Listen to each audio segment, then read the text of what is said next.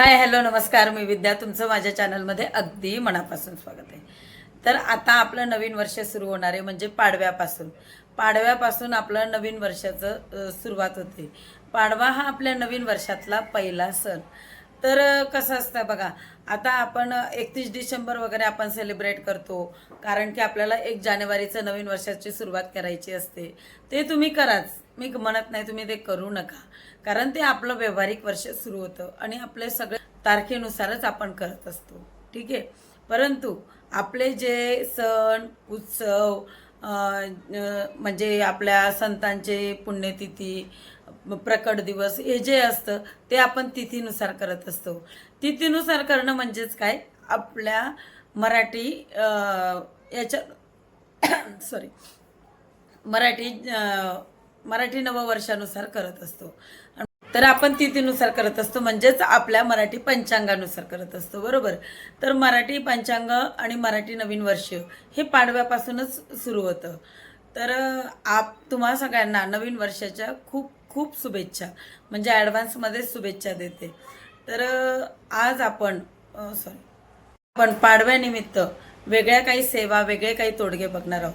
कारण की आपण जे सुरुवातीला करायचे असतात त्या सेवा, त्या जास्तीत जास्त पाडव्याच्या दिवशी करायचे असतात. पाडव्याच्या दिवशी का, तर मगाशी सांगितल्याप्रमाणे नवीन वर्षाची सुरुवात आहे.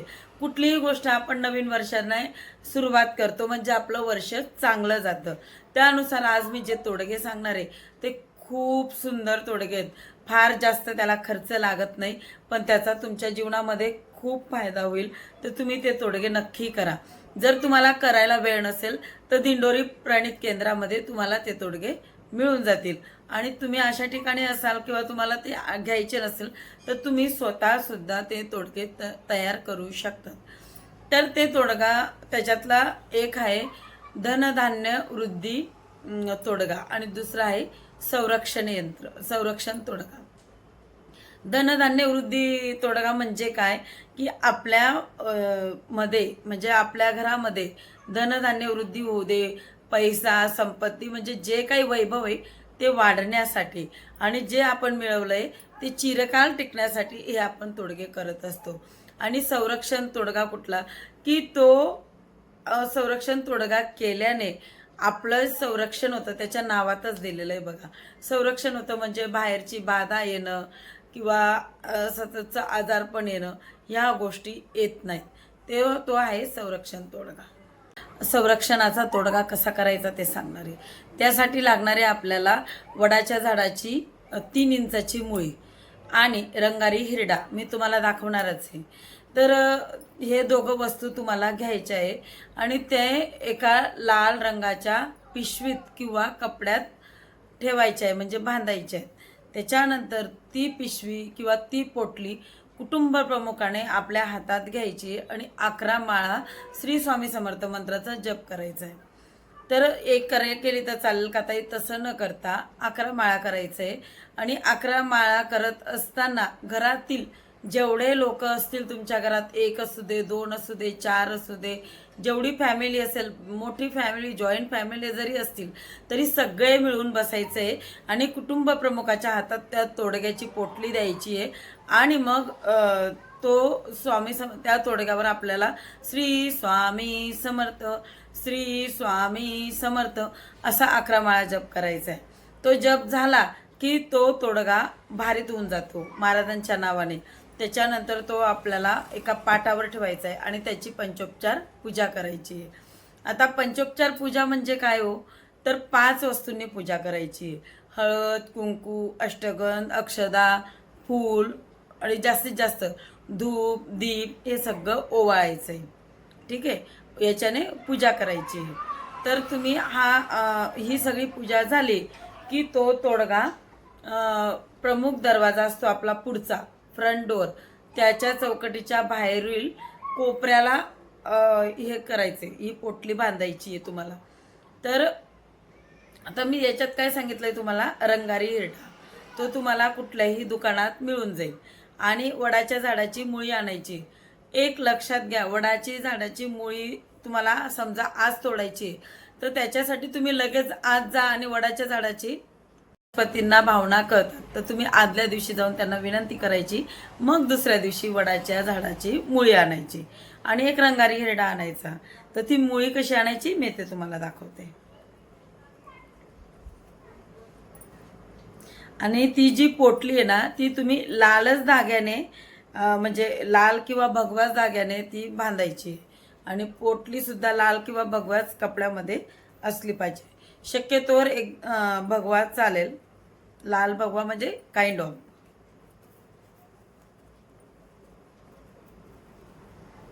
तरी हे बघा, ही आहे वडाच्या झाडाची मुळी, दिसते ही बघा. मी जवळून दाखवते, दिसते का? ही आहे वडाच्या झाडाची मुळी, हे बघा दिसली. ही तुम्हाला घ्यायची 3 इंचाची. त्याच्यासोबत घ्यायचं आहे रंगारी हिरडा. आता मी तो तुम्हाला दाखवते. तुम्ही दुकानदाराला जर म्हटलं ना दादा रंगारी हिरडा द्या, ते बरोबर देतील तुम्हाला. हा बघा रंगारी हिरडा दिसला. तर ह्या दोघी वस्तू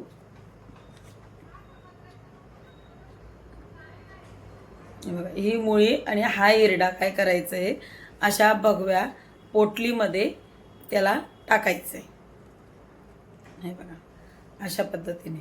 आणि मग ही पोटली तुम्ही हातात घ्यायची, त्याची पूजा करायची, पंचोपचार.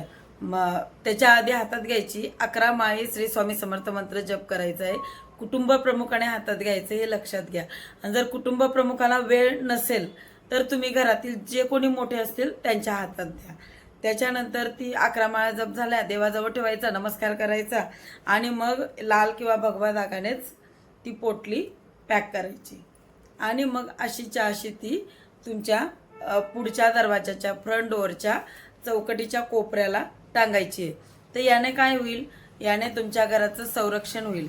घरातील आजारपण संकटे हे येणार नाहीत. त्याच्यासाठी आपल्याला ही सेवा वर्षातनं एकदा म्हणजे पाडव्याच्या दिवशी करायची असते. तर आता आपण बघणार आहोत धनधान्य वृद्धी तोडगा तो कसा करायचा. तर हा उपाय पाडव्याच्या दिवशी करायचा आहे. पाडव्याच्या दिवशी का, तर नवीन वर्ष असल्यामुळे. पण काही ताईंना कदाचित लग्नाला जायचं असेल, कुठे बाहेर असाल किंवा तुम्हाला चालत नसेल आणि त्यांना जमलं नाही पाडव्याच्या दिवशी, तर पाडव्यानंतर येणारा जो बुधवार असेल त्या दिवशी शुभतिथी पाहून करायचं आहे. आता बुधवारी त्याच्यानंतर पाडव्यानंतर येणारा बुधवार जो असेल त्याची शुभतिथी पाहिजे. म्हणजे समजा लगेच दुसरा बुधवार असेल आणि त्याला शुभतिथी नसेल तर अजिबात करायचं नाही. त्याच्या पुढे त्याच्या पुढचा शुभतिथी म्हणजे अष्टमी असेल, काहीतरी चांगली तिथी असेल, ती तिथी पकडून तुम्हाला म्हणजे ती सेवा करायची. आता तुम्ही म्हणणार ताई मग पाडव्याच्या आदल्या दिवशी केलं तर चालेल का, तर नाही. ही सेवा नवीन वर्षाची आहे ना, म्हणून पाडव्यानंतर येणारा जो कुठला बुधवार असेल की त्या तिथीला हा तोडगा करायचा आहे. आता मी तुम्हाला दाखवते या तोडग्यामधल्या वस्तू कशा दिसतात ते, म्हणजे तुम्हाला पण आयडिया येईल. सगळ्यात आधी आपल्याला ही अशी पोटली करायची. ही तुम्ही पिवळ्या कपड्यात आणून शिवायची. तर आता तरी ही पोटली मिळते किंवा आता आम्ही मोठं ब्लाऊज पीस आणून ठेवतो. पूर्वी नसायचं. तर काय करायचं, जे कोणी टेलर असतात ना त्यांच्याकडे गेलं तर तुम्हाला छोटा पिवळा कापडा मिळून जाईल आणि ते पैसे देऊन घ्यायचं. कारण की कुठलीही देवाची वस्तू फ्री घेतलेली आपल्याला त्याचा फायदा होत नाही. त्यासाठी थोडे पैसे द्यायचे, 5,000 रुपये म्हणा, किंवा मग सरळ ब्लाऊज पीस आणा पिवळा आणि त्याची ही पोटली तयार करा. ही पोटली तयार करताना दोरा सुद्धा पिवळाच वापरायचा. हे बघा, पिवळ्या दोराने शिवायचंय. आता मी ही म्हणजे ही मशीनची शिलाई आहे. पूर्वी आम्ही ही पोटली हाताने शिवायचो, कारण की जर नसेल मशीन किंवा नसेल मिळाली तर आम्ही असंच शिवायचो हाताने. आणि हाताने शिवायलाही फार वेळ लागत नाही. बघा केवढीशी, एक तर फोल्डिंग बघा किती लहान आहे, इकडून तर डबल फोल्ड आहे, त्यामुळे इथं तर शिलाई नाहीच आहे. इकडून एक शिलाई मारायची या हाताने आणि इकडून एक मारायची. नंतर ही पोटली सामान ठेवल्यावर अशीच बांधायची. त्याच्यामुळे इकडे तर शिवायचीच गरज नाही.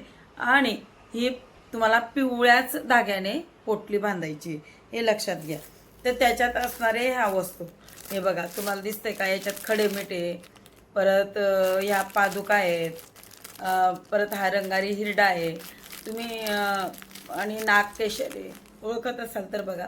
काही काहींना लक्षात पण येत नाही नागकेशर कशाला म्हणतात. हे अख्खी हळकुंड आहे, हे असं केंद्रात पण मिळतं. परंतु केंद्रातनं जर तुम्ही आणलं, घरी आणल्यानंतर अशी नाही टांगायची. त्याच्यामध्ये आपल्या घरातील मूठभर गहू या पिशवीमध्ये ॲड करायचे आणि 1 रुपयाचं नाणं, आणि मग त्या पिशवीची पंचोपचार पूजा करायची आहे. आणि जेव्हा तुम्ही केंद्रातनं आणताना तर तेव्हा ह्या कॅरी बॅगमध्ये नाही राहू द्यायचं, हे लक्षात घ्या. नाहीतर मग त्याची स्पंदनं मिळत नाही. हे कॅरी बॅगमधनं काढून तुम्ही या कापडाच्या पिशवीत पोटलीत ते ओतायचे, हे लक्षात घ्या. तर ह्या अशा छोट्या छोट्या गोष्टी, म्हणून पूर्ण व्हिडिओ बघा म्हणजे तुम्हाला याची संपूर्ण माहिती मिळेल. तर काय करायचं, हे असं आणायचं, तुम्हाला केंद्रातनं मिळालं तर असं, नाहीतर घरी तयार करा. काय काय वस्तू लागतात ते मी तुम्हाला सांगितलं.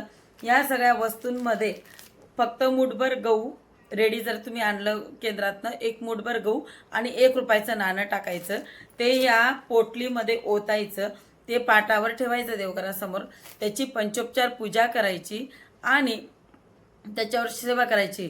सेवा काय करायची, 11 माळा श्री स्वामी समर्थ जप आणि 11 वेळा कालभैरव अष्टक. ह्या 2 गोष्टी आहेत. हे वेळ काढायलाच पाहिजे, कारण की हा तुम्ही वेळ काढला तर वर्षभर तुम्हाला टेन्शन येणार नाही, त्रास होणार नाही आणि तुमच्या धनधान्यामध्ये वृद्धी होईल, वाढ होईल. तर त्यामुळे वर्षातनं एकदा हा करायला काहीच हरकत नाही. अगदी साधा सोपा आहे. पहिल्यांदा जर करत असाल तरी सुद्धा एवढं अवघड मानण्यासारखं काही नाही आहे. ह्या बघा, ह्या गोष्टी आहेत. तर हळकुंड, नागकेशर, मोठे जाडमीठ, पादुका आणि तांब्याचं नाणं, हे सगळं टाकायचं आहे. मूठभर गहू टाकायचं आहे, 1 रुपयाचं नाणं टाकायचं आहे. हे असं इतकं सोपं आहे. आणि त्याची तुम्ही पंचोपचार पूजा करून, सेवा करून ते तुम्हाला आपल्या किचनमध्ये बांधायचं आहे, म्हणजे आग्नेय कोपऱ्याला टांगायचं आहे. आणि किचनमध्ये जर जमलं नाही तर ईशान्य कोपऱ्याला ही अशी पोटली तयार केलेली अशी आपण टांगून द्यायची. एवढं लक्षात घ्या. एक तर ईशान्य कोपरा, नाहीतर आग्नेय कोपरा, म्हणजेच किचनमध्ये. आता ही जी माहिती दिली मी तुम्हाला पाडव्यासंबंधी, जे काही तोडगे करायचेत आपल्याला, संरक्षण तोडगा, धनधान्य वृद्धी तोडगा अतिशय महत्त्वाचा आहे, अतिशय महत्त्वाचा आहे. तर खूप थोडा खर्च लागतो, पण त्याचा आपल्याला वर्षभर फायदा होतो. नवीन वर्षालाच सुरुवातीलाच या सेवा केल्या तर आणखीनच आपल्याला फायदा होतो, म्हणजे पूर्ण वर्ष आपलं चांगलं जातं. तर मी हा तोडगा तुम्हाला जास्तीत जास्त समजवण्याचा प्रयत्न केला आहे. तर आवडला असेल तर चॅनलला लाईक करा, शेअर करा आणि सबस्क्राईब करा. धन्यवाद. श्री स्वामी समर्थ.